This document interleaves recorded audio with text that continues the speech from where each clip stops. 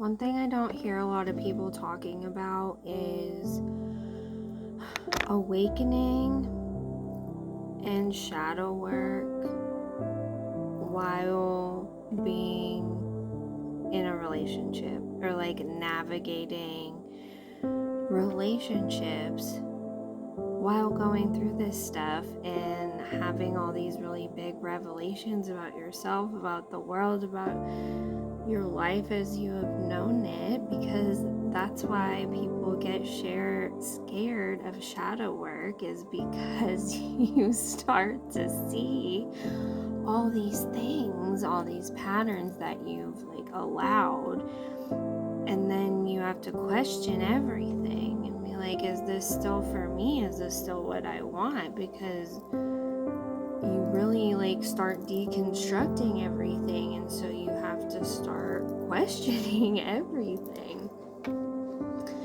and that can be really difficult and scary in relationships.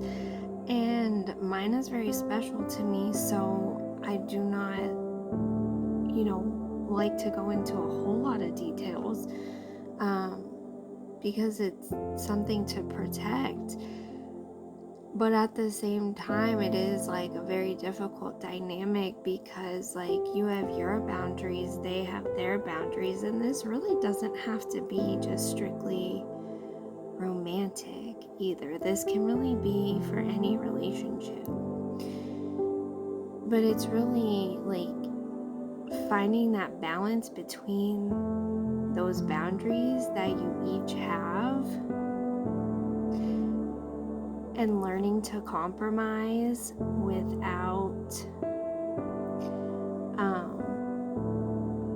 losing yourself, without not being true to yourself, or dimming yourself, or losing that self-worth.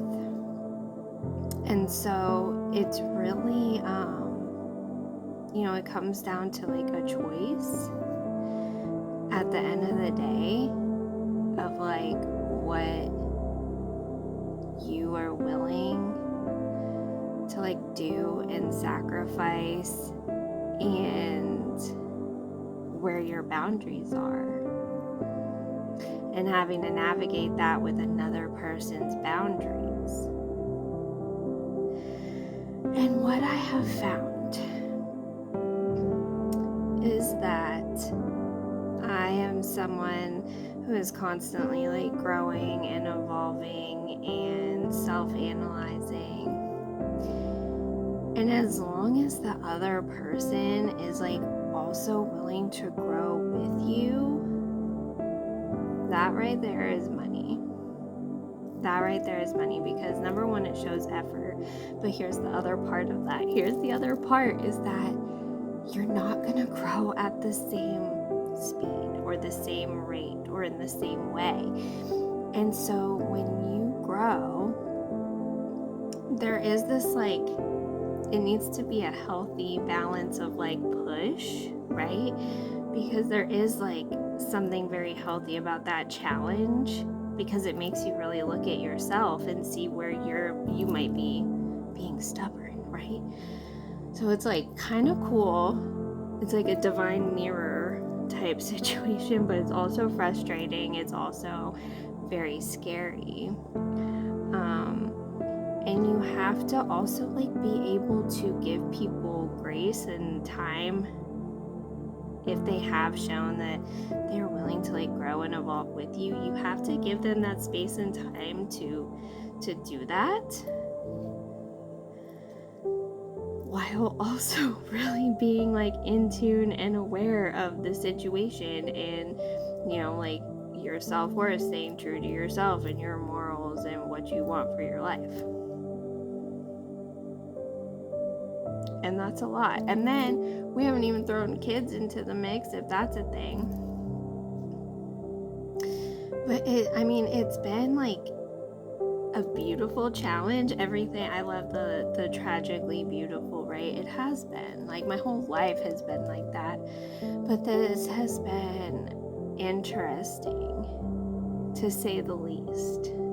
And I'm still evolving and learning. But I have found that, like, as long as that effort is there and you are both willing to, like, hear each other out, like, actually respectfully hear each other out and just listen, but, like, also listen to yourself, listen to how you are coming off and sounding, and you will learn so many things about yourself by just kind of owning your, like, shadow aspects, using those triggers to be like, I need to work on that, you know? Yeah, relationships, man, and awakening and shadow work, it is not for the weak, but it can be probably horror story, but it can also be very beautiful and very eye-opening. Amazing learning experience. I don't know. All right. You can't just be cutting everybody off. You know what I mean? That's not how we can operate. Some people deserve it though. Bye. It's all about that discernment and really your own journey and what you want for your life. And only you can know that, but you have to go within to do it. So tend to your inner world because it is all connected. And I'll see you soon.